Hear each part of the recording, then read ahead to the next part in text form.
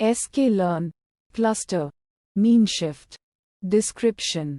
The mean shift algorithm is a non-parametric clustering algorithm that aims to find clusters in data based on the density of points. It works by iteratively shifting data points toward the center of their local density, eventually converging to stable cluster centers. Inputs. X. This is the input data, which should be a 2D array where each row represents a data point and each column represents a feature. Bandwidth. This parameter determines the radius of the neighborhood around each data point that the algorithm considers. A higher bandwidth results in larger, more inclusive clusters, while a lower bandwidth results in smaller, more precise clusters. The default value is calculated automatically using a heuristic. Seeds. These are initial starting points for the algorithm. By default, the algorithm uses all data points as seeds. Alternatively, you can provide a set of points as seeds. Outputs. Cluster centers. An array containing the coordinates of the cluster centers. Each row represents a cluster center. Labels. An array containing the cluster labels for each data point in the input data. The labels correspond to the indices of the cluster centers in the cluster centers array. Steps. Initialization. The algorithm starts by creating a set of seeds, which can be all data points or a subset of them. Shifting. For each seed, the algorithm calculates the mean of all data points within a certain radius bandwidth of the seed. This mean is then used to update the seed's location. Convergence. The shifting process continues until the seeds stop moving significantly, indicating convergence to stable cluster centers.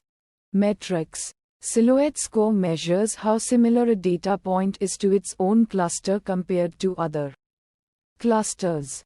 A score closer to 1 indicates good clustering.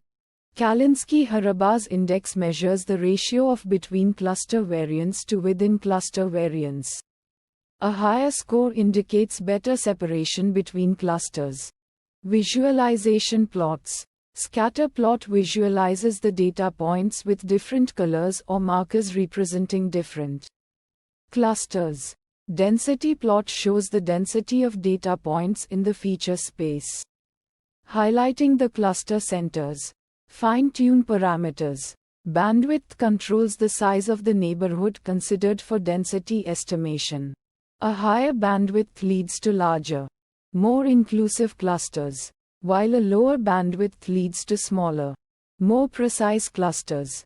You can use techniques like the knee method on the distance bandwidth plot to find an optimal bandwidth. Seeds. By specifying a subset of data points as seeds, you can guide the algorithm to focus on specific areas of the data space. Uncertainty methods. Bootstrapping. By resampling the data multiple times, you can estimate the variability of the cluster centers and labels, providing insights into the uncertainty associated with the clustering. Challenges and fixes. Challenge 1. Choosing the optimal bandwidth. Selecting an appropriate bandwidth is crucial for effective clustering. A bandwidth that is too small may lead to numerous small clusters, while a bandwidth that is too large may result in merging distinct clusters. Sample use case. If you have data with clusters of varying densities, a single bandwidth may not be suitable for all clusters. Fixes. Use a heuristic to estimate the bandwidth. Sklearn provides a heuristic for bandwidth estimation. That is often a good starting point. Try multiple bandwidths. Experiment with different bandwidth values to observe their impact on clustering results and choose the one that yields the most meaningful clusters. Use a method like the knee method on the distance bandwidth plot. This method helps identify an optimal bandwidth where the change in density estimation becomes less significant. Challenge 2. Handling high-dimensional data. Mean shift can be computationally expensive and less effective in high-dimensional data spaces. Sample use case when clustering images based on pixel values. The high dimensionality can make it challenging for meanshift to identify meaningful clusters. Fixes. Dimensionality reduction. Apply techniques like principal component analysis (PCA) to reduce the dimensionality of the data before applying meanshift. Feature engineering. Carefully select relevant features or create new features that capture important aspects of the data. Optimize parameters. Carefully adjust the bandwidth and seeds to improve performance in high-dimensional data. Challenge 3. Sensitivity to outliers. The algorithm can be sensitive to outliers, which can distort the clustering results. Sample use case in a dataset of customer purchase data. Outliers like a few large purchases may significantly influence the clustering results. Fixes. Data preprocessing. Remove or handle outliers using techniques like outlier detection algorithms or robust estimators. Adjust bandwidth. Consider using a larger bandwidth to reduce the influence of outliers on density estimation.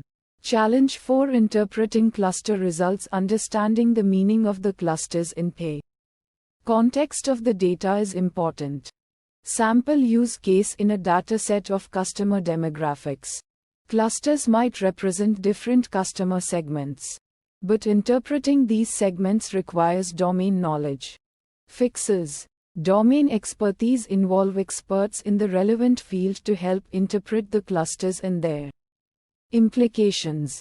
Feature analysis. Analyze the features associated with each cluster to understand the characteristics that define the clusters. Visualization. Use appropriate visualizations, such as scatter plots and density plots, to aid in interpreting the clusters.